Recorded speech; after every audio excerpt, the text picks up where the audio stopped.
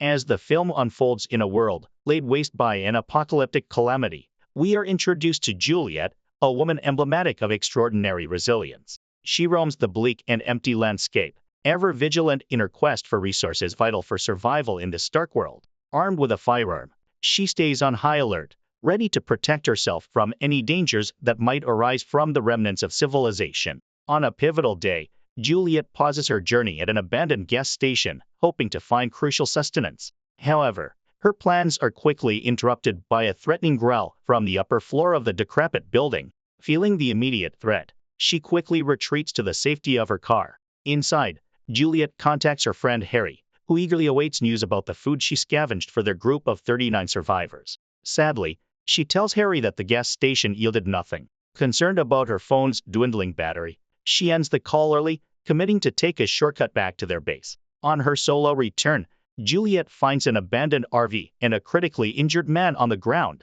Gun at the ready, she demands he explain the presence of the creature that had earlier threatened her. The man reveals he has confined the creature inside the RV and also discloses a hidden supply of canned goods within. As Juliet stands at the entrance of the RV, the man begs her to end his suffering, terrified of the monster's wrath.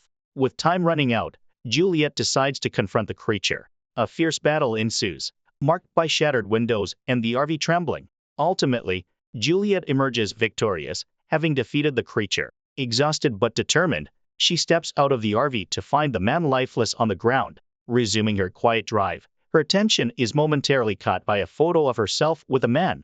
Unfortunately, the wind snatches the picture away, causing her to lose control of the vehicle. The car flips multiple times, and Juliet loses consciousness. The scene shifts to a bustling city, where Juliet is seen standing in an art gallery, years before the world fell into chaos. Jack, the gallery owner, approaches her flirtatiously, but she is uninterested in his advances. She reveals she sought shelter from the rain outside. Initially, she resists him, but after recognizing his humble approach, she accepts his encouragement to appreciate the beauty of the artwork around her. He explains the deep meanings in the paintings, and all she needs to do is open her eyes. Meanwhile, in the present, Juliet opens her eyes from unconsciousness. After regaining consciousness, her leg throbs with the pain of an open fracture. She realizes her gun is lying a few feet away from the vehicle. Attempting to call for help using a radio proves futile, and with the Reapers becoming more active at night, Juliet must act quickly to retrieve her firearm. Using a makeshift pole, Juliet reaches out for her pistol, coming close to grasping it before the rods separate, foiling her attempts. Another flashback shows Juliet leaving the gallery with Jack. They stroll down the street, and Juliet falls victim to Jack's playful joke about her food containing meat. Being a vegetarian, she promptly spits out the bite, but doesn't hold any resentment upon realizing it was all in good fun. Jack proposes that Juliet accompany him to his apartment, and she is captivated by its beauty upon arrival. The two share drinks and cheese, engaging in conversation. Juliet finds it challenging to open up to Jack, initially refusing to disclose her name when he inquires. However, after some persuasion, she relents and reveals her name before departing, paving the way for Jack to reciprocate and tell her his name. Back in the present, Juliet tries to sit up and closely examine her wound. She had some alcohol in the car, so she pours it onto the wound. She is not in a good place for now, but the scene shifts to her memories. The next time Juliet and Jack meet is by coincidence. They are each accompanied by another partner when their eyes meet. Juliet and her man leave the bar, but Jack can't take his eyes off her. Consumed by curiosity, he discreetly follows them outside, witnessing a transaction where the man pays Juliet for a substance. Jack observes as Juliet rejects the man's attempt to kiss her. Intrigued, he continues to follow her and learns that she is involved in the drug trade. He doesn't stop there and continues to follow her home. She heads for the subway and arrives at a ghetto area where she gets off. She greets some thugs at her door, but before she enters her apartment, Jack appears before her. Having no choice, she welcomes him, and from that moment on, Jack discovers the dire circumstances she faces as a woman. When he attempts to offer her help or some kind of assistance to get her life back on track, she is firmly resistant and impenetrable. She says she isn't that simple, and when he insists on doing so, he encounters resistance and is firmly instructed to leave. Jack's remorse for intruding on Juliet's privacy intensifies when he witnesses her injecting herself with drugs. Jack is disappointed to see the needle, but he cannot do anything as she screams for him to leave. In the present, Juliet finally manages to free her leg from the steering wheel. With her wound bandaged, she repairs her radio and tries to contact Harry, informing him of her injury and need for help. Frustratingly, there is no response, but her attention is diverted by the approaching sound of a Reaper. Determined to retrieve her gun, Juliet crawls out of the car, remaining silent and vigilant, ready to defend herself if necessary. However, her hopes for a quiet escape are shattered when Harry's call interrupts the silence. Finally, she gets the response she has been waiting for, with Harry giving her instructions to be found. But now the Reaper is here. She cannot make any sound, and in desperation, she throws her radio outside, hoping to draw the Reaper away. Fearing discovery, she braces for death, but luckily, the Reaper hears distant noises and departs, leaving Juliet relieved. Now that it's gone, Juliet has time to collect herself and replenishes her ammunition. In a flashback, while Jack is sketching at home, Juliet appears in his apartment unannounced, badly injured and covered in blood. Seeking refuge, she finds comfort in his arms. Without questioning her injuries, Jack tends to her wounds, providing a place to rest. The following morning, Juliet expresses her gratitude and joins him for breakfast. Jack opens up about his past, sharing his struggles after his parents' deaths and how he adapted, offering Juliet hope that she can do the same.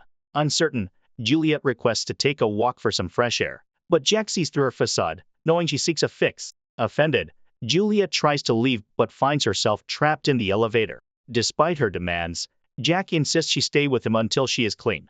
Overwhelmed by anger, Juliet unleashes her frustration, breaking Jack's belongings. Unfazed, Jack embraces her tightly, calming her until she finally relents, and from there, they share a kiss. In the present timeline, Juliet navigates through the post-apocalyptic world. To detect any lurking Reapers, she throws out several glow sticks. The first Reapers she ever encountered is still fresh in her memory. At the moment, her surroundings seem devoid of immediate threats, so she cautiously moves towards the radio she has spotted. She remains vigilant, her senses heightened to every sound and movement around her. Suddenly, a noise from behind startles her, causing her heart to pound in her chest. In response, Juliet hurls more glow sticks in various directions, illuminating her surroundings until she spots the menacing figure of a Reaper perched atop her car. With swift precision, she dispatches the creature with a well-aimed shot and retreats back to the safety of her vehicle, silently bracing herself for the next encounter. However, the Reaper makes an unexpected reappearance, tearing off the window cover and reaching for Juliet's foot with its gnarled hand. Struggling to break free from its grasp, Juliet starts the car and accelerates, the spinning wheels inflicting pain on the monster. Once again, she finds herself waiting for the Reaper, her fingers tightly gripping her weapon as she fires a few shots at the approaching creature, unaware that it has already managed to infiltrate the vehicle from behind. Startled by its sudden appearance, Juliet fires at the Reaper, forcing it to retreat. She then attempts to steady her trembling hands and focus on repairing her radio. Seeking a moment of solace amidst the chaos, Juliet reaches for her flask, only to find it empty. In a flashback, we see Jack and Juliet moving into their new home. Juliet is a whirlwind of emotions, feeling both delight and nervousness about the significant changes in their lives. Jack tenderly touches her face, coaxing a smile from her. He proudly shows her the room they have lovingly prepared for their future child. However, Juliet expresses doubts about her ability to be a good mother and bring happiness to their child. Jack reassures her, emphasizing that their commitment to making things work is the most important aspect. Before they continue exploring the rest of the house, Jack asks Juliet to express her love for him. Even though she doesn't say it directly, he can feel the depth of her feelings. Later on, Juliet reluctantly reveals to Jack that she is pregnant. The news brings him immense joy. However, their happiness is tragically short-lived, as Juliet gives birth to a stillborn baby. The couple is left to face the heartache of returning home to an empty nursery, a painful reminder of their loss. Back in Juliet's bleak reality, she manages to repair a radio and contacts Harry. However, due to the poor signal, their conversation is fraught with misunderstandings. Juliet overhears Harry mentioning a locator beacon. Determined, she retrieves the beacon and diligently follows the instructions in its manual. Finally, the beacon activates, prompting Juliet to fortify the windows. To her dismay, she realizes that a Reaper is waiting outside. The creature relentlessly attempts to breach the vehicle as Juliet presses her foot against the window cover, causing it pain. Eventually, the Reaper retreats, Juliet secures the cover with a rod and prepares herself for the creature's next assault, firing shots as it repeatedly attacks her vehicle from different angles. Suddenly, Juliet gets a call from Harry. She informs him that she's being attacked by a Reaper, so he instructs her to use her flashlight on it. Juliet is left to fend off the relentless attacks of the Reaper as she waits for her impending rescue. Now exposed, she quickly turns on her headlights, illuminating the darkness around her and successfully driving the monstrous Reaper away. Once the immediate threat is gone, she picks up her radio and dials Harry's number. She inquires about their estimated time of arrival, but Harry, with a tone of regret in his voice, informs her that they won't be able to rescue her until sunrise. In a flashback, we see a different side of Juliet's life. Jack, her partner, is seen scolding her for her tendency to run away from problems. His worry for her was palpable every time she disappeared without a trace. She challenged Jack to admit that he blamed her for the loss of their baby, but Jack vehemently denied this. Juliet also accused Jack of pressuring her into having a child, even though she wasn't ready. Jack decided to leave the car and take the subway instead. Before leaving, he finally admitted to Juliet that her past addiction was the reason why their baby didn't survive. He also ended their relationship before walking away. As Juliet watched him leave, tears streamed down her face. She yelled after him, declaring that she didn't need him in her life. Hours later, Juliet found herself in a bar, drowning her sorrows in alcohol. The news on the television reported an attack at the subway station, resulting in the death of more than 30 people. She answered a call she had been ignoring, only to be horrified upon finding out that Jack was among those who got hurt. She quickly left the bar, her mind filled with worry for Jack. Back in the present, Juliet hears a vehicle pass by. She honks the horn in hopes of getting its attention. A bike then stops, and the man who approaches her promises he'll help her. Unfortunately, the man turns out to be a cannibal determined to kill Juliet. As he attempts to stab her, the Reaper shows up and attacks the cannibal. After watching the Reaper feast on the cannibal, Juliet checks the number of bullets she has left.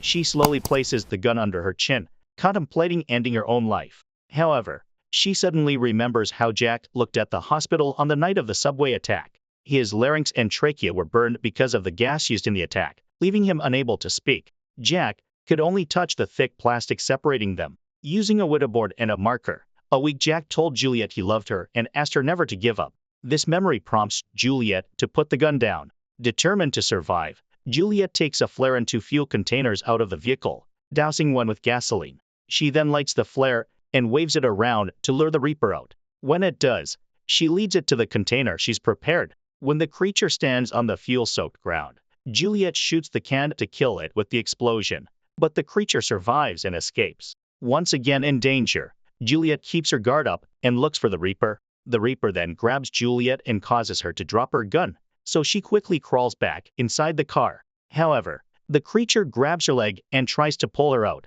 making her wound bleed heavily. Juliet continues fighting back, but the Reaper pulls her out of the vehicle and throws her to the ground. With the creature approaching her, Juliet uses the gun she's managed to pick up and shoots the Reaper twice, crying once she realizes her problem is over. As Juliet looks to the stars, the bitter memory of Jack's passing suddenly fills her mind. When the sun finally rises, the creature suddenly moves and crawls toward Juliet, but she fails to shoot it since she has no bullets left. Juliet hurriedly reloads her gun, scared that she might die any minute. Now that the Reaper is on top of her, Juliet can only stay still as it gently touches her face, making her realize it's Jack. Juliet then remembers the day she met Jack, where he told her he believed in fate and that the universe had a way of bringing people together. Being a skeptical person, Juliet asked Jack what he'd do if she left him at that moment. So as a grand romantic gesture, Jack closed the gallery and decided to walk home with her. The film comes to a close as we return to the present once again. Juliet cries as she finally tells Jack she loves him. She then embraces Jack while leaning her head against his, and now that she's finally found her way back to him, she decides that together they should go to the afterlife. They should